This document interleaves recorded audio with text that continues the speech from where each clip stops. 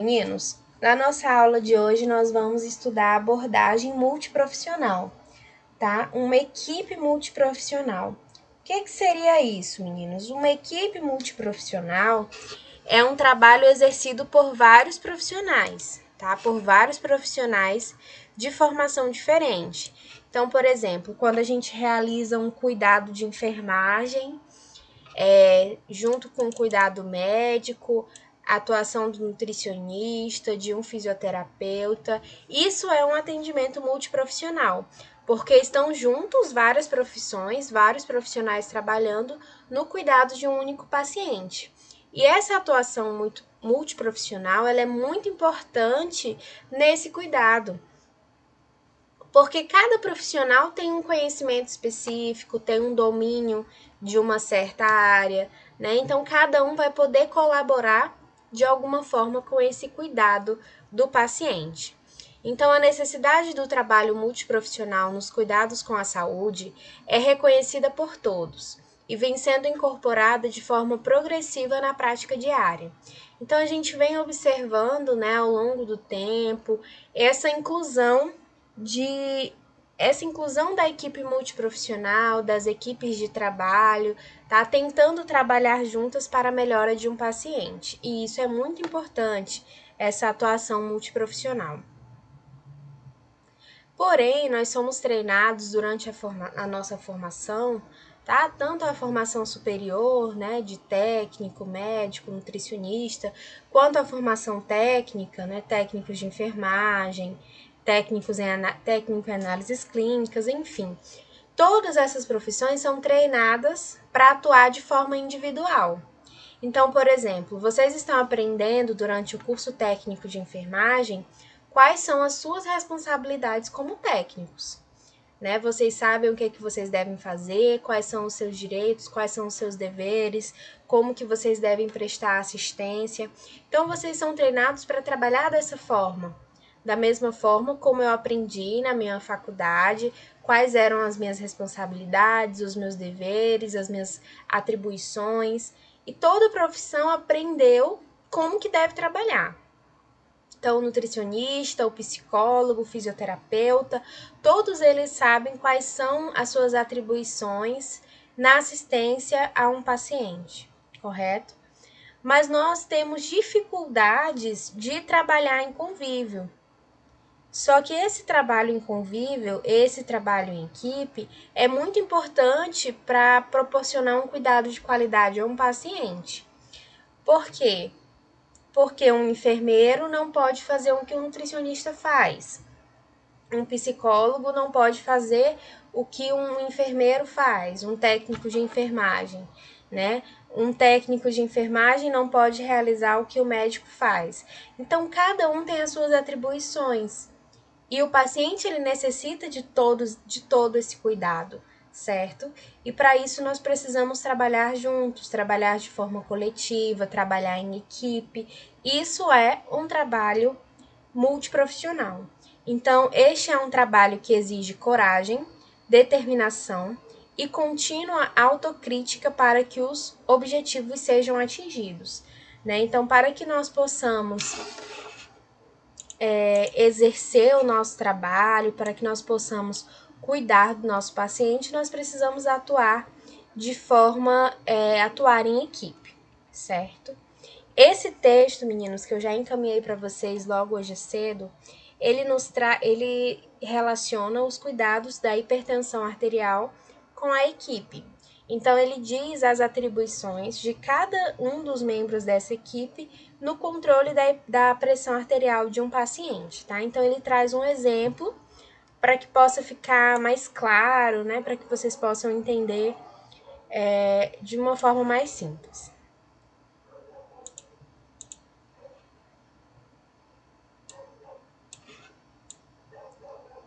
Então, aqui, a equipe multiprofissional pode ser constituída.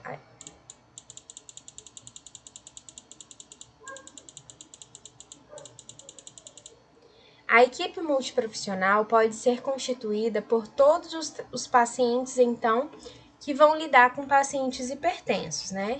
O nosso exemplo, lembrem que o nosso exemplo nós estamos falando de pacientes hipertensos. Ah, professora, mas podem ser aplicados em outros casos? Sim, né? Deve ser aplicado em outros casos, tá? Pacientes hipertensos é só o nosso exemplo. Então, quais profissionais que podem atuar no controle da pressão arterial desses pacientes, por exemplo? Os médicos, enfermeiros, técnicos e auxiliares de enfermagem, nutricionistas, psicólogos, assistentes sociais, professores de educação física, fisioterapeutas, musicoterapeutas, farmacêuticos, funcionários administrativos e agentes comunitários de saúde. Então, todos esses profissionais, eles podem atuar de alguma forma no controle da pressão arterial desses pacientes. E quando esses profissionais eles trabalham juntos, eles buscam um cuidado em comum para o paciente do qual eles estão acompanhando. Em geral, essa equipe, meninos, pode realizar uma conversa, né, entre si. Então, eles podem conversar, podem realizar reuniões de equipe. Então, essa equipe se reúne, apresenta casos, discute esses casos e busca sempre o melhor para o nosso paciente. A gente observa muito essa atuação da equipe multiprofissional em uma unidade de terapia intensiva. Então, em uma UTI, a gente observa nessa assistência hospitalar a atuação de uma equipe multiprofissional. Né? Então, lá nós temos os médicos, os enfermeiros, técnicos, nutricionistas, psicólogos, assistentes sociais, farmacêuticos, biomédicos, fisioterapeutas, todos atuando juntos com o objetivo de quê? De proporcionar a melhora daquele paciente, tá?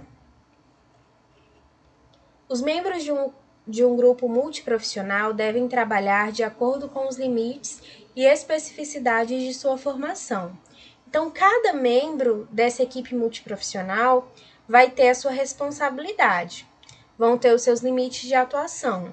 Então, o técnico de enfermagem, ele possui alguns limites de atuação. Um técnico, por exemplo, não pode prescrever um medicamento, certo?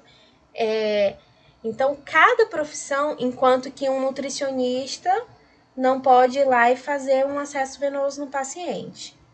Então, cada um desses profissionais, meninos, eles vão apresentar as suas limitações e eles vão apresentar as suas responsabilidades. Por exemplo, faltou um membro da equipe.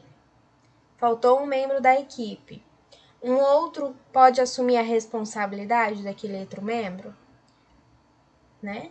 Então, assim, não pode. Cada um vai ter que assumir as suas próprias responsabilidades. Por exemplo, faltou o médico da nossa equipe. Já que não tem um médico, um enfermeiro, um técnico, um nutricionista vai lá e prescreve um medicamento para aquele paciente? Não, né? Cada um tem as suas responsabilidades, tem as suas limitações que devem ser respeitadas.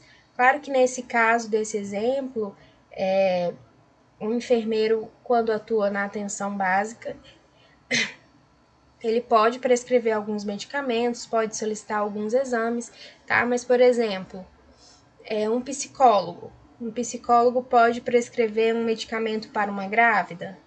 Não pode. Então, cada profissão tem os seus próprios limites, e esses limites, eles precisam ser respeitados. Além disso, cada local de trabalho deve adequar-se à sua realidade.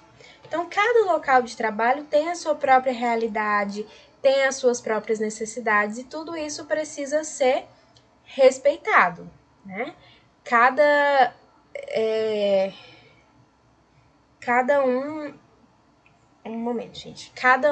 local de trabalho tem que se adequar à sua realidade. A nossa equipe de saúde não tem psicólogo, não tem nutricionista. Então, você vai precisar adaptar a sua assistência, as suas ações em saúde para atuar sem um desses membros da equipe, certo?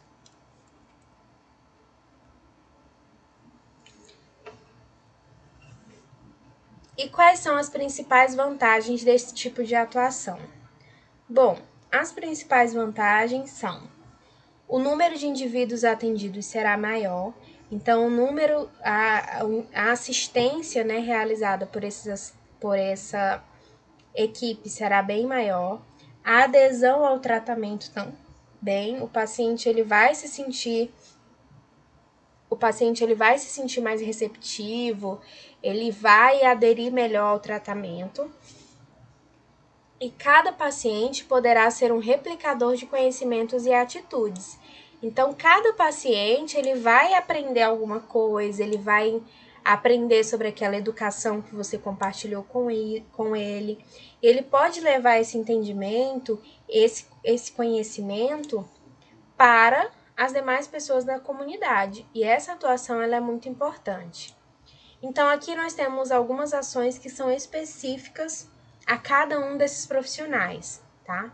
Eu vou citar aqui alguns exemplos para vocês, para que vocês possam ter conhecimento, tá? Lembrando que ele usou como exemplo, então, o controle da pressão arterial de um paciente, tá bom, meninos? Então, como que essa equipe, ela pode atuar diante do controle dessa pressão arterial do paciente? O médico, o que o médico vai fazer? Ele vai realizar uma consulta médica, ele vai ser responsável pelo diagnóstico e pelo tratamento, pela avaliação clínica dos pacientes, pelo apoio, né, aos demais membros, pela administração, por encaminhamentos de pacientes. Então, essas são as principais responsabilidades do médico.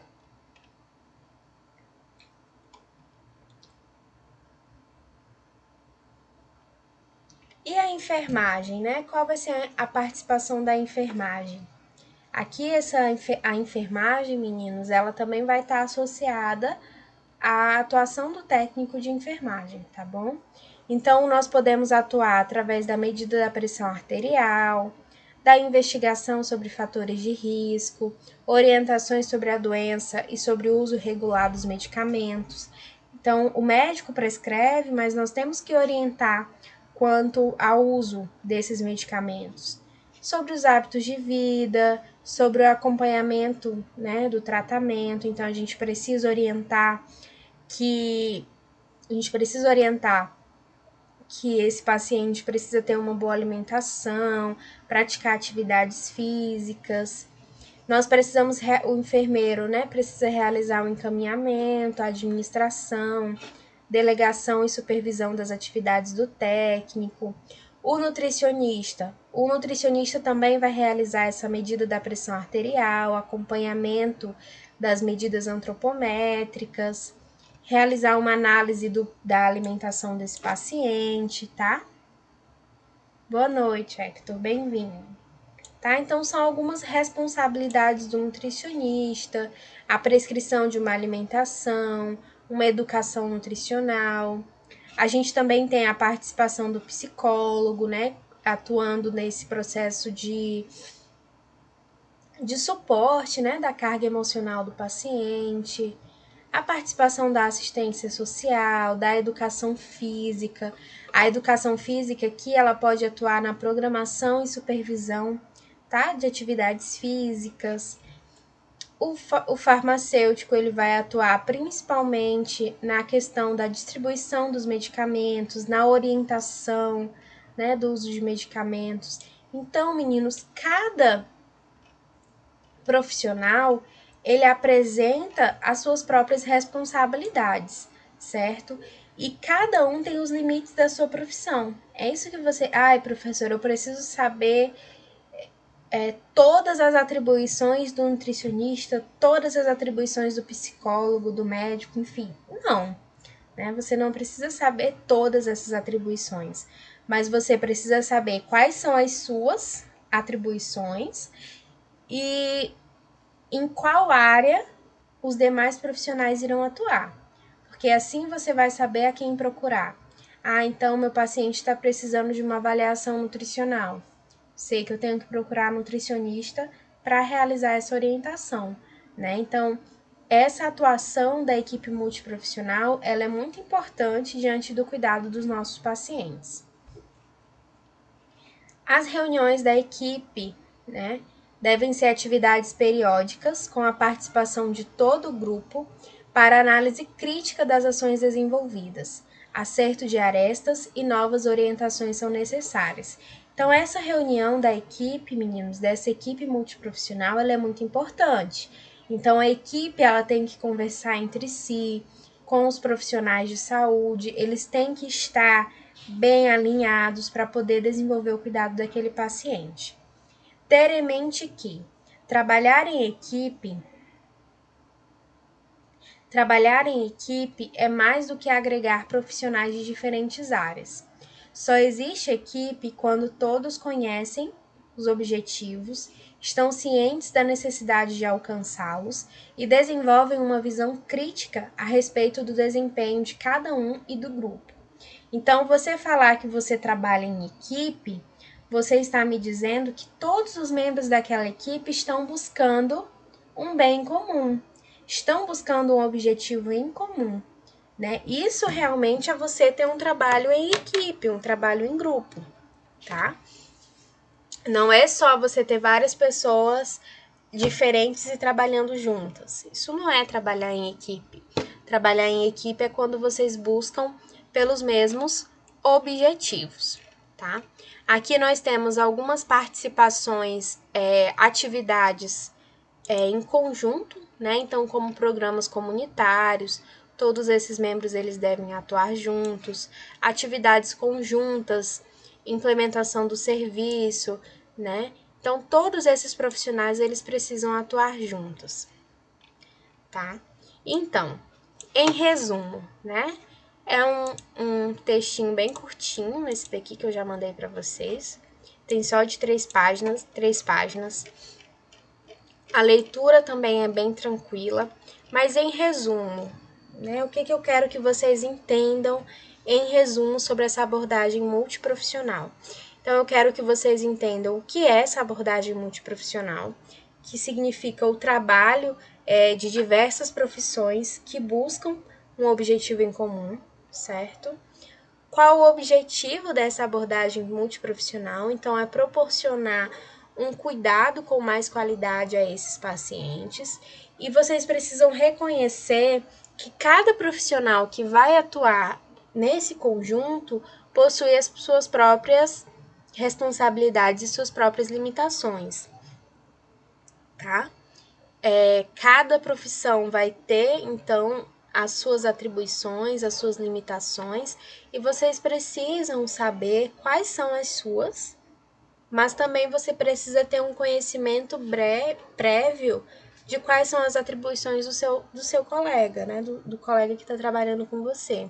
Porque assim você vai entender melhor o funcionamento dessa equipe, tá? Tranquilo, né, meninos, essa abordagem multiprofissional? Eu preciso saber se vocês têm alguma dúvida sobre esse assunto, tá? Se ficou tranquilo na cabeça de vocês. Eu acho que depois que fizer uma leitura do texto também vai ajudar muito, né? Um texto simples de 3 páginas. Finalizar a nossa aula, vocês podem fazer uma leitura desse material, tá?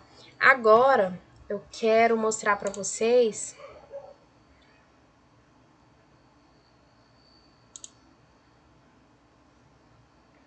aí só um pouquinho.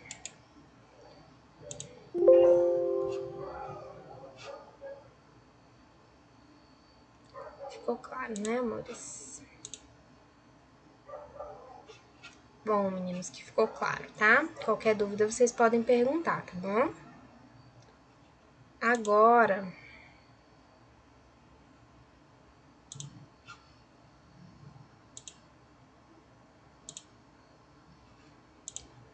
meninos, a gente vai falar um pouquinho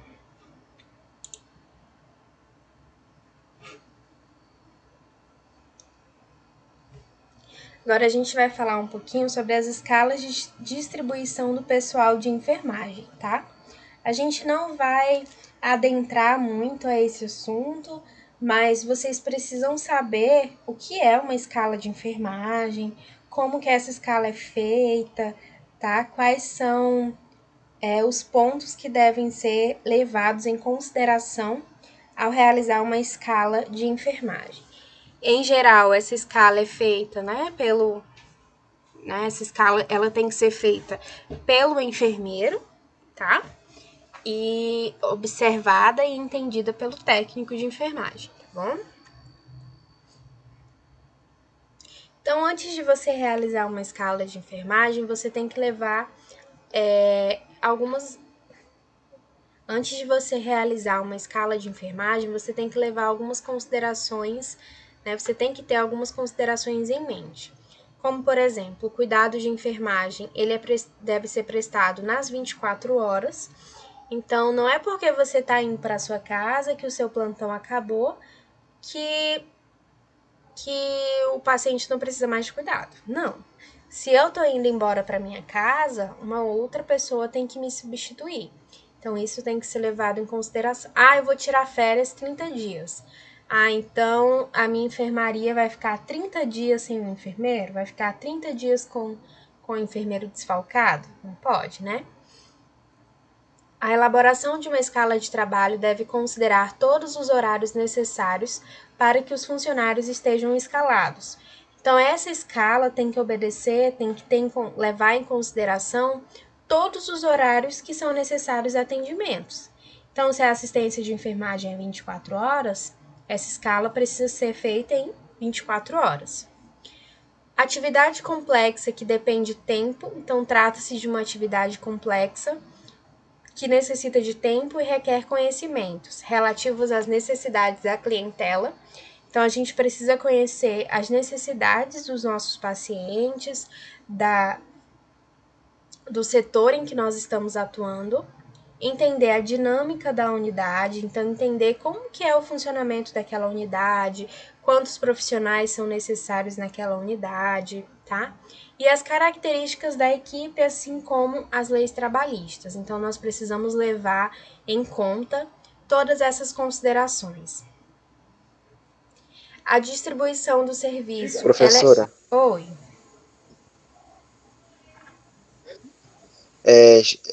então no caso, assim, se eu tô.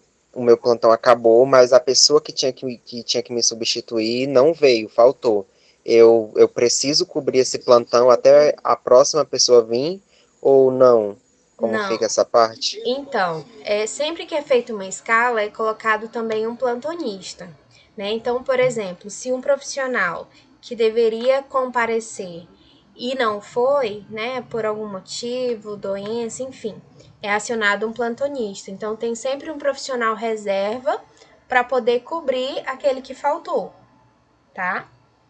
Mas você sempre tem que deixar, né? Por isso que é tão trabalhoso você realizar uma escala, porque você precisa cobrir, né, todos aqueles plantões e você precisa também deixar um profissional de plantão, né, um profissional para que venha assumir aquela atribuição se um outro profissional faltar, tá bom?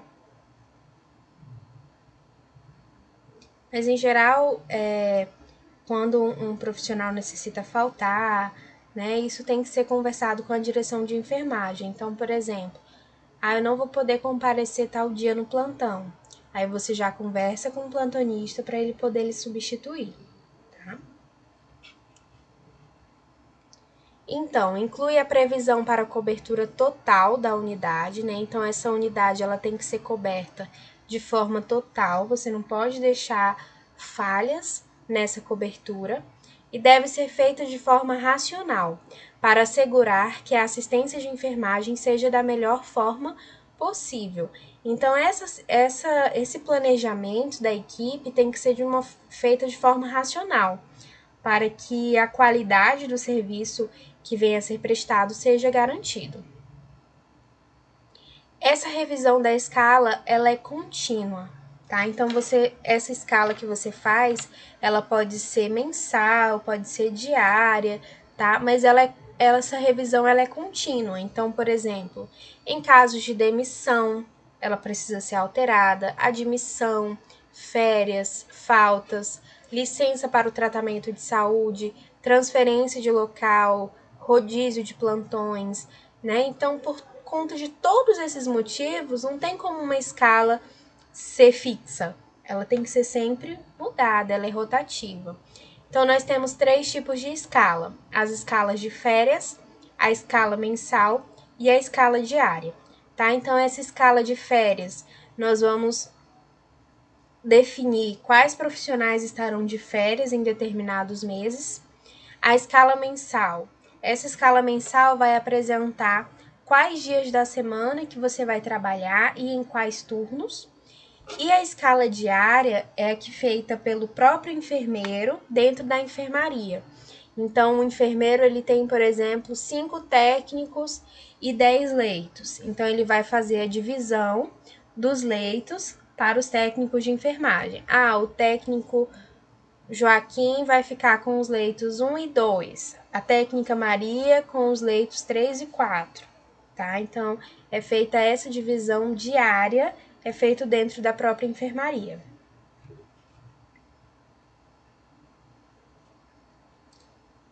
A escala de férias, então, deve ser feita uma previsão anual, né? Então, você deve saber fazer uma previsão anual das férias. Deve ser equitativa, né? Então, deve ser igualitária para todos os profissionais, levando em conta o período que o profissional entrou e também a necessidade da instituição. Nos meses que são mais solicitados, como janeiro, fevereiro, julho e dezembro, devem ser feitos rodízios entre os funcionários e, na medida do possível, atender às preferências dos funcionários, tá? Sendo que, após cada período de 12 meses de trabalho, né, o trabalhador ele tem direito às férias, sendo que se ele tiver de 0 a 5 faltas não justificadas, ele terá 30 dias de férias. Se ele tiver de 6 a 14 faltas não justificadas, ele terá 24 dias de férias. De 15 a 23 faltas, ele terá 18 dias de férias. E 24 a 32 faltas não justificadas, ele terá apenas 12 dias de férias. Se a época das férias atende ao interesse do empregador, então esse empregador ele pode converter 1/3. Sim, Hector, tá na nossa CLT, tá? Então, essas faltas aqui, meninos, são faltas não justificadas, tá? Então, no caso, o trabalhador esteve doente e tudo mais. Então, aqui não se encaixa nessas classificações, tá? Aqui, esse 1/3 do abono pecuniário é o que a gente chama de venda de férias, né? Então, se o empregador ele precisa do funcionário naquele período, ele pode realizar a compra de 1/3 das férias desse profissional.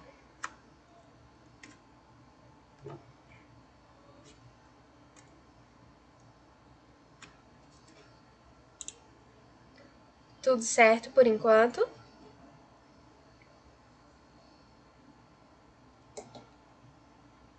Essa daqui, meninos, é a nossa escala mensal.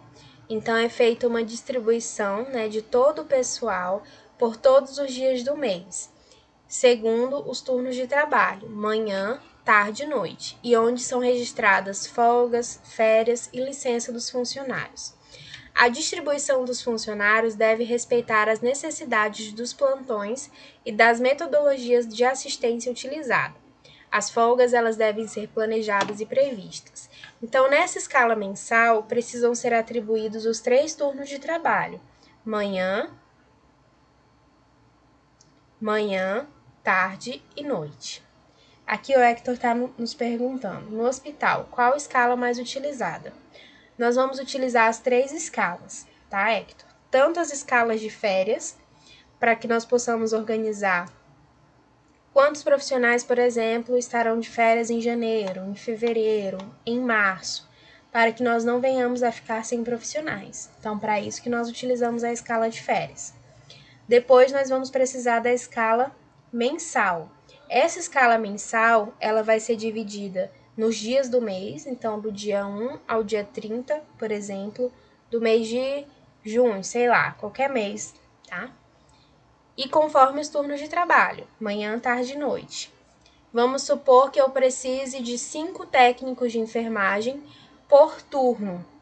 Então, eu vou precisar organizar o meu quadro de funcionários para que eu tenha 5 técnicos de enfermagem na manhã, 5 na tarde e 5 à noite, em todos os dias do meu mês de junho, tá? Essa é a escala mensal. E aí, todo mês você recebe essa escala. Então, você vai lá receber a escala e vai ver, olha, eu tô de plantão no dia tal, no dia tal, no dia tal, no dia tal, tá? Essa é a escala mensal, certo? Depois, mais pra frente, eu vou mostrar para vocês a escala diária. Então, a escala diária é a distribuição de responsabilidades dentro da enfermaria. Então, você, por exemplo, você chegou lá para o seu plantão e o enfermeiro deixou você com leito 1 e 2. Então, essa é a sua escala do dia. Então, você vai ficar responsável pelos cuidados do leito 1 e 2, tá? Então, dentro do hospital, a gente utiliza todos esses tipos de escala, correto? Cada um vai ter a sua função diferente, entendeu?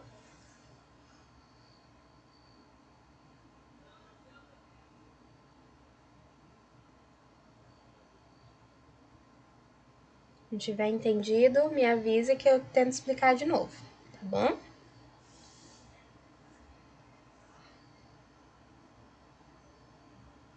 Hein, professora? Oi.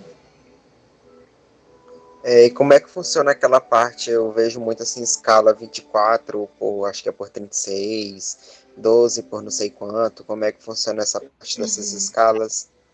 A gente vai ver mais para frente. Por exemplo, a escala noturna, ela é sempre de 12 horas, tá? Então, em geral, o profissional trabalha 12 horas, tira um dia, 2 dias de folga, tá? E aí depende muito da rotina de trabalho da instituição. Então, por exemplo, você tem uma carga horária de 30 horas, por semana, né? Então, você tem que concluir 30 horas daquela semana. Por exemplo, você pode fazer um plantão à tarde, de 1 às 19 horas, você vai ter 6 horas por dia e você vai completar suas 30 horas por semana. Então, você tem que completar a sua carga horária, tá? Um profissional que faz plantão noturno, ele já faz plantão noturno de 12 horas. Então, vai das 19 às 6, tá? Então, ele vai fazer um plantão de 12 horas. Então, consequentemente, ele vai ter que trabalhar menos dias que você para poder completar as suas 30 horas, tá? A gente vai ver mais para frente o período de intervalo que tem que ter de folgas, né? Por exemplo, se você fez um trabalho, se você trabalhou por 12 horas, você tem que ter um período X de folgas, tá? A gente vai ver daqui a pouquinho. E tem que ter no mínimo um dia de folga por semana, tá? E esse dia de folga ele pode ser estabelecido pelo empregador. A gente vai descrever melhor com alguns exemplos aqui, tá? Para que vocês possam entender. A distribuição dos funcionários deve respeitar a necessidade dos plantões. Então, por exemplo, você sempre tem que saber quantos profissionais você precisa naquele plantão. Ah, eu preciso de 5 técnicos, 2 enfermeiros e um médico. Então, você sempre tem que obedecer às suas necessidades, tá? Quais são os pontos que devem ser considerados nessa elaboração?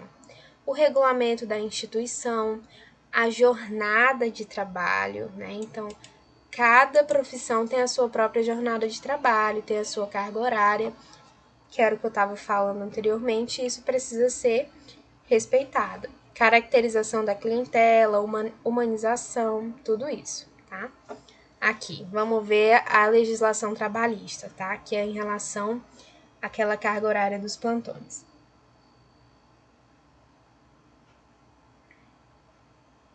Depende, Hector. Não necessariamente entra de manhã, tá?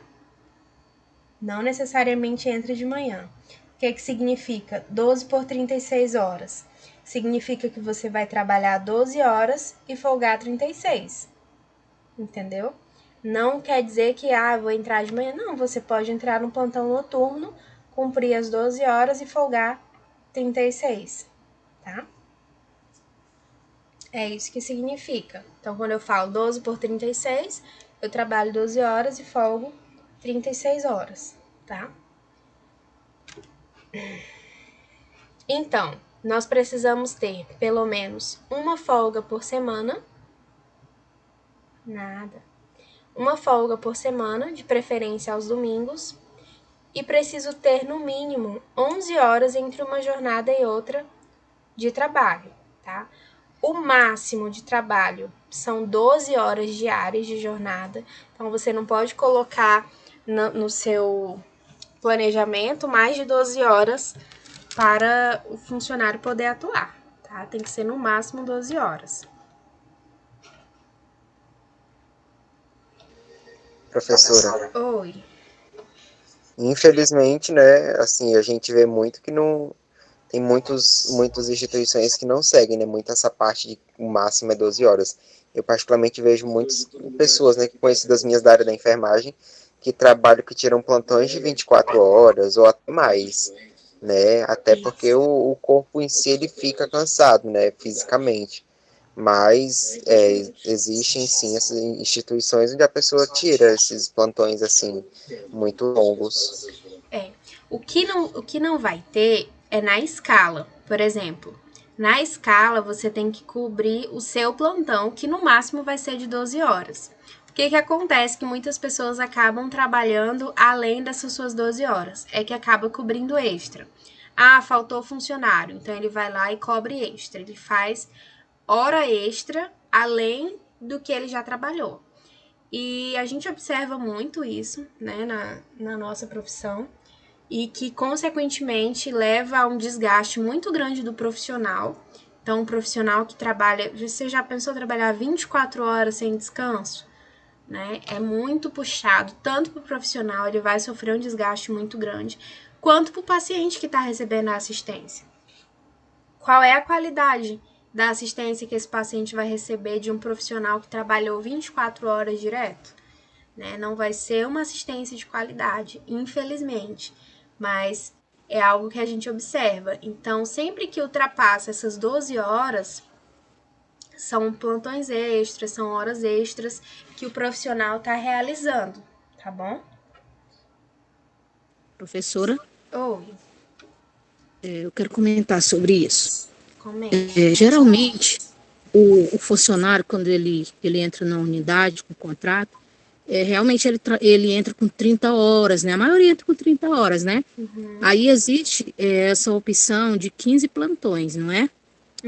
E aí fica o critério do funcionário, assim, porque eu vejo muito os comentários durante o curso e em outros lugares também, né? As pessoas estão falando que os profissionais, eles vivem muito sobrecarregados, de muito serviço, né? Certo que falta profissionais, assim, né? Mas eu vejo na parte do governo que eles deveriam contratar mais funcionários para não ter essa sobrecarga, né? E também, a maioria das pessoas, elas ganham muito pouco, tipo técnico Isso. de enfermagem. Eles ganham 1.000 e pouco, mais ou menos. Tá chegando quase 2.000, alguns, porque é pouco, né? Poucos. Então, eles têm, têm as necessidades deles na família, né? A financeira. Então, eles acabam optando para ter esses 15, fazer esses 15 plantões, né? E aí vai indo, vai indo, vai indo, e vai realmente sobrecarregando, porque também dessas vezes eu vejo muito que é a necessidade também do profissional, né? Isso. Eles não tiram porque só por charme ou porque o chefe obriga, mas também existe essa situação que o funcionário ele precisa também, né? Aí então não é à toa que fica em aberto essa opção do funcionário tirar 15 plantões, né? Isso. É bem Então, complicado. isso a gente vê a precariedade, né, da nossa profissão em geral. Todos os profissionais de saúde, nós somos muito desvalorizados, principalmente em questão de salário. Então, o que acontece? Um profissional, ele precisa trabalhar muito mais para poder tirar um dinheiro um pouco melhor para poder pagar suas contas. E isso leva a um desgaste do profissional, a um desgaste da assistência, né? Então, tudo isso poderia ser resolvido sim através da contratação de mais profissionais, mas além disso, além dessa contratação, a melhoria dos salários.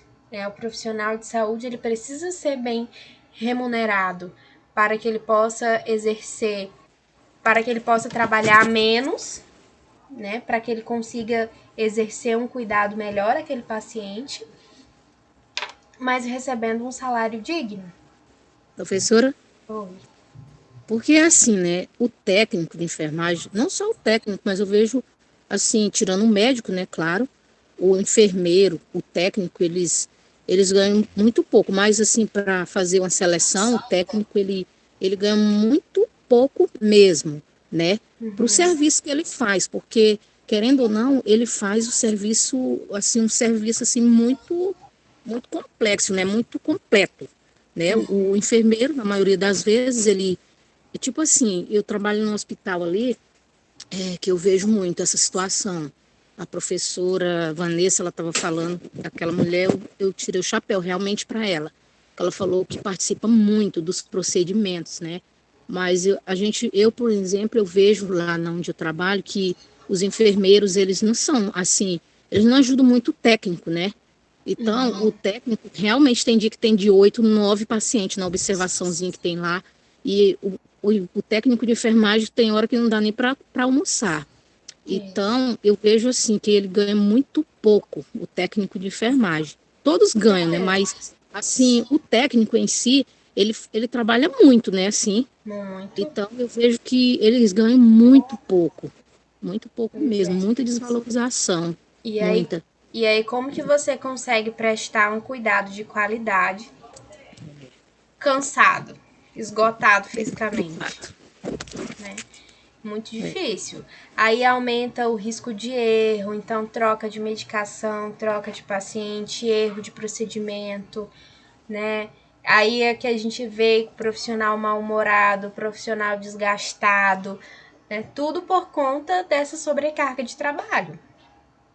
Né? E isso não vai mudar se a nossa profissão não for valorizada. Então, quanto não houver melhora de salário, melhora de serviço, a gente vai estar caminhando para essa situação, né? E aí, além dessa escala mensal, nós temos a escala diária. Essa escala diária, ela é feita pelo enfermeiro, né, pelo profissional enfermeiro da instituição de acordo com a escala mensal. Então, o enfermeiro vai lá e observa a escala mensal. Eu tenho 5 técnicos na enfermaria hoje. Então, ele vai ter que dividir todos os pacientes da enfermaria para esses 5 técnicos. E aí ele tem que observar as necessidades do paciente. É um paciente em estado grave? É um paciente que necessita de banho no leito? Tá? Então, tudo isso ele precisa levar em consideração ao momento de realizar a escala diária. E a distribuição do serviço do plantão determinado entre os funcionários, obedecendo a função, o grau de dependência, né, a função a gente tem que dividir conforme a função, né, de cada profissional. O grau de dependência, como eu havia falado, é um paciente que necessita de banho no leito, é um paciente que faz uso de fralda, que, que tem mobilidade reduzida, tudo isso tem que ser avaliado pelo enfermeiro antes de realizar essa escala diária. E a complexidade dos cuidados. Então, se é um paciente em estado grave, quais são os cuidados que serão realizados, tá? E essa escala, então, ela é realizada pelo enfermeiro, tá bom, meninos? Alguém quer contribuir com mais algum tópico para nossa aula? A gente vai precisar finalizar, já estamos passando do nosso tempo, mas alguém tem alguma contribuição a fazer?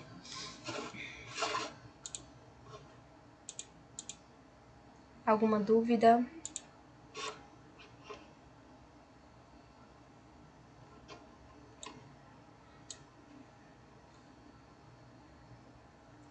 Esclarecido? Então tá, meninos. Desejo uma boa noite a todos, tá? Qualquer dúvida estou à disposição. Façam uma leitura nesse material de vocês. Lembrando, né, aos alunos que entraram depois, fiz um acordo com os demais alunos e a gente combinou que eu vou gravar a nossa última aula, que seria amanhã à noite, eu vou gravar ela no período da manhã, encaminhar a vocês, para que no período da noite, que seria o tempo da nossa aula, vocês possam estar realizando a prova de vocês, né? Porque alguns alunos trabalham, alguns alunos não teriam tempo para realizar essa nossa prova. Então, conversando com vocês, a gente chegou a esse consenso, tá bom?